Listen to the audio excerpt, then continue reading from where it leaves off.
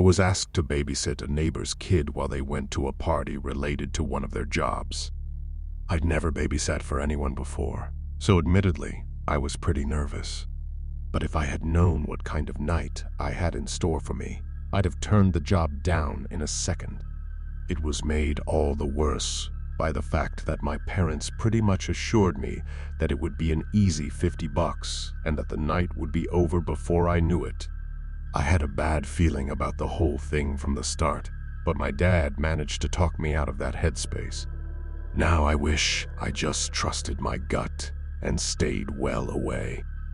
So, I wandered over to the house around 7 in the evening, introducing myself to the parents and the kid before they went over a few ground rules.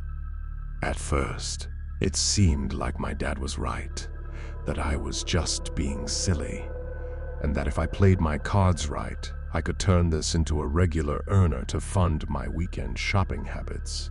The parents were lovely, and so was the kid, so I got pretty chill pretty quickly and ended up sort of enjoying myself, entertaining the kid after they left with the help of Disney+, which I'd be lying if I said I wasn't a huge fan of. Everything was going well until it came time to put the kid to bed. Then things started getting a little awkward. The kid straight up refused, and our new happy little friendship started to quickly deteriorate. I felt super mean having to lay down the law with the kid. He went from crying and wailing to shouting and screaming at me that I wasn't his mom. He hated me. I didn't belong there. Stuff like that. It actually kind of hurt, and I started to realize that maybe I wasn't ready for that kind of responsibility yet. To be a parent or a guardian, you need to be tough enough to be able to kind of like be the bad guy, if that makes any sense. And for any of you out there looking to get into babysitting thinking it'll be an easy few bucks, please reconsider. I've done way easier things for money before and since. Things that don't make you feel crappy for having to have shouted at a kid. But after a while, the whole temper tantrum seemed to have tired the kid out, and even though he still seemed upset with me, he went up to his room, got into his pajamas, and climbed into bed to sleep. He asked me to read him a story, and since he'd done as he was told, I obliged. When his eyes finally closed and his breathing slowed, I snuck out of the room and downstairs to leave him to get some rest. About an hour or so later, I was sitting on the couch, texting a friend of mine, telling them how babysitting was way harder than I thought it was going to be. I was working through the leftover chicken pot pie that my mom had given me to take over there, catching up on some episodes of The Mandalorian when the family house phone started to ring. Thinking it was the parents, looking to check up on me, I picked up, greeting the caller in the cheeriest voice I could manage, only no one on the other end responded. I said hello a few more times, assuming it was a butt dial or a bad line, and hung up, heading back to finish off my pie. No sooner am I sat down again than the phone rings again. I was kind of expecting it, I suppose. Maybe the parents had gone through a tunnel or something. I got up again, headed over to the phone, and picked up, only this time when I did, I could hear breathing on the other end of the phone. I gave another cheery hello, but there was just the same breathing coming from the other end. When the person finally spoke, it was this super deep voice, obviously a guy, telling me to check on the sleeping kid. I thought it might have been the kid's dad, but there was also something really weird and distorted about the voice. I responded, "Okay, I'll go check," and the line went dead immediately. The kid was fine, sleeping like a rock, so as much as I was kind of creeped out by the weird voice, I figured it must have been the dad. Maybe the parents had argued, I don't know. I tried not to think so much about it, but then pretty much as soon as I was back downstairs, the phone rang again. No caller, ID, no nothing. So, I answer, unable to prevent this fear from entering my voice. Big mistake. Whoever is calling senses this and starts to giggle down the phone line in that same weirdly distorted voice. What they said next made my blood turn to ice. Gonna snatch him up. Gonna snatch up the kitty when you're not looking. Gonna get him. I went silent. Just silent, out of fear. And that's when I heard a creak in the floorboards above me. Someone was moving around in the rooms upstairs. I pretty much dropped the phone and bolted upstairs and into the kid's room to find that he was still asleep, or rather, that he very much appeared to be asleep. But that same deep, slow breathing isn't there. The more I look, the more he seems like he's almost holding his breath or something. Not only that, but his arm is at this weird angle that makes it look like he's holding on to something under his pillow, something he's trying to hide. In a fury, I pulled the pillow up slightly and then realized what's been happening. Whoever thought it was a good idea to buy an 8-year-old kid a phone is straight up crazy. But under that pillow wasn't just a phone, there was a voice distorter under there too. I grabbed both and ran out of the room back downstairs where the kid started throwing another temper tantrum. I felt so dumb, completely played by the kid, made to feel terrified and vulnerable. How the hell could someone be so young, yet so malicious and mean-spirited? The parents arrived back shortly afterward, and I didn't mention a word of what happened until they'd paid me in full. Then I read them the riot act. I was never going to babysit for them, and they were completely irresponsible in letting their kid have things like a phone, let alone an actual voice distortion. Turns out the creepy little gadget was their older, college-aged kids, and that the little guy was fascinated with it and wouldn't give it back to him. But I didn't care. I wasn't about to put myself out there like that, ever again. The worst kid I ever babysat for was named Rory. This all took place about 14 years ago now, in a small town called Haddington just outside of Edinburgh in Scotland. It's a nice place in general, but people there can be pretty weird. I would have to volunteer myself for babysitting jobs in a small town like that where suspicion and malice are rife, and there's a dark secret being hidden in almost every household. There is. So, anyway, I'd always been sort of aware of Rory's existence. I'd gone to school with his older brother, Struan, for a few years, who was a similarly creepy little person, but I'd never really encountered Rory on a personal level. That was all about to change after I put the notice up in the local off-license that I was offering sitting services. I grew to dread it when my phone rang. I mean, it was mostly normal jobs for normal families, but every so often I'd get a call, and I just knew it was going to be a bad one. And when I got the call from Rory's mom, I knew it was going to be rough, but I couldn't just turn down the job. If you get a reputation for being flaky or unreliable, the phone calls and the money quickly dry up. So once the family had promised me my usual rate, the job was on. It seemed pretty simple. Friday night, 6 p.m. until 10 p.m. with money for a takeaway delivery included. I arrived a few minutes early just to kind of get myself oriented in the house. It's super important to know where the basics are, but also where stuff like plasters and other first aid supplies are located, just in case the kid has an accident. Rory's parents seemed pretty friendly, but parents are always friendly when you're giving them a night off from parenting. But no matter how friendly and chirpy they were, you could kind of tell that they weren't exactly the most normal of families. So just before the parents left for whatever event they were going to, they introduced me to Rory. The moment I leaned down to say hi, I could tell straight away he was not keen on the evening's proceedings. The first words out of his mouth were, "I don't like her."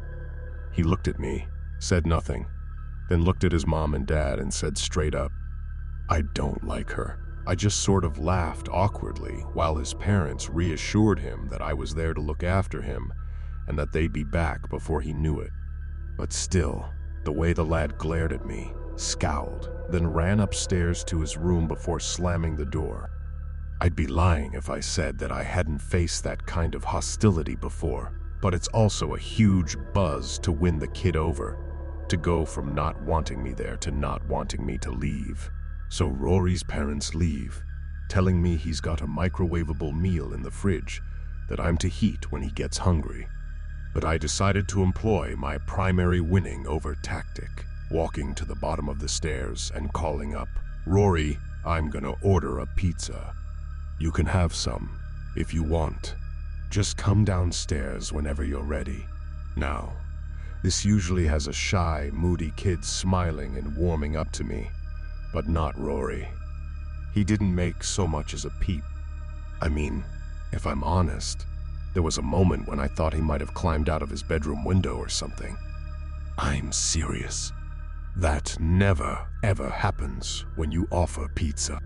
So, I go up, creep towards his room, and I am about to knock when the door swings open, and the little guy is standing there, fury in his eyes, while he screeches, "Get away from my bedroom," before slamming the door in my face. It scared the absolute out of me, so I just went downstairs and hoped the night would be over as quickly as possible. Since Rory didn't want any pizza, I ordered an Indian instead. The delivery driver arrives, I get my food, and I'm sitting there eating it on the couch when I hear little footsteps coming down the stairs. Rory appears in the doorway, and I ask him if he's hungry yet. He doesn't say a thing, not for a good minute, so I just kind of smile and carry on eating my chicken korma. "Do you have a boyfriend?" he suddenly asks. I nearly spat a load of rice out, just like this involuntary awkward laughter rising from my throat. I mean, I literally couldn't believe he just asked me something like that. Of all the questions to make a babysitter feel awkward as hell, this tops the list. I just replied, "Yes, I do, actually. He's lovely, and he lives just around the corner." A lie, of course. I was painfully single at the time, but anything to deter the little brat. As expected, little Rory does not take this well. He then sort of marches off into the kitchen. I suspect he's after his food, but I'd been given strict instructions not to let him mess around with the microwave or let him try to prepare any hot food. He wasn't quite tall enough to reach the countertop yet, and he was blatantly at risk of scalding himself with the hot food. Only when I followed him into the kitchen to politely tell him that I didn't mind making his food for him did I see him climbing onto a chair that he'd pushed toward a countertop.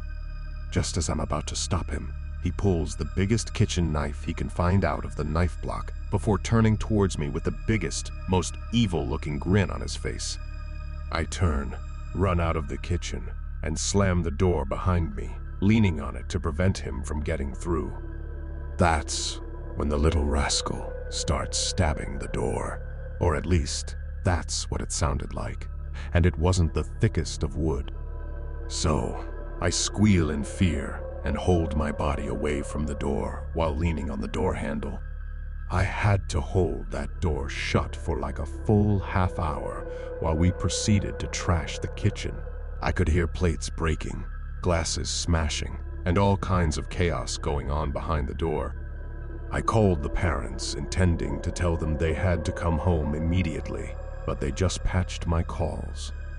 I was left alone to barricade myself inside the living room for the remaining few hours of the night.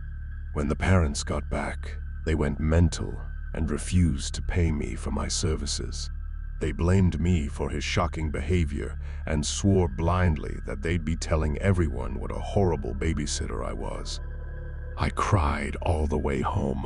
Luckily, the calls didn't dry up, and I talked to one family who said they completely sympathized with what had happened, knowing full well what a nightmare child that little brat could be. So, that's the scariest time I ever had babysitting. And I implore you, if you're getting into it, be very careful who you choose to babysit for. Non-payment could have been the best possible outcome to that night, as I might not even be here to be able to tell this story. Back when I was 17, I used to babysit for our neighbor, who at the time was a single mother going through a particularly nasty divorce. She had 2 young sons, one of whom was 8 years old, while the other was only around 18 months. They were absolutely adorable and very well-behaved kids. But you could tell that they were going through a lot, and the older one showed signs of stress over the whole thing. I'll never forget the time he asked me why his daddy couldn't live with them anymore, and it honestly broke my heart. Not because I didn't have an answer for him, but because hearing it would have just been too much to bear, too much for anyone to bear. Anyway, after a few months of her being alone, she finally decided to get back on the old dating horse.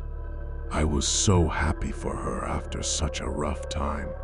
She deserved to find happiness again, to find someone who had the wherewithal to be a real father to those 2 adorable little boys. So one night she leaves on her date and says she'll be back around midnight, not a moment later. Only she doesn't tell me exactly where she's going, and I have no way to contact her because this was back in the 80s and no one had a cell phone. Well, they did exist, but not in the available commercial sense. It was all landlines back then. Otherwise, this might not have gone the way it did.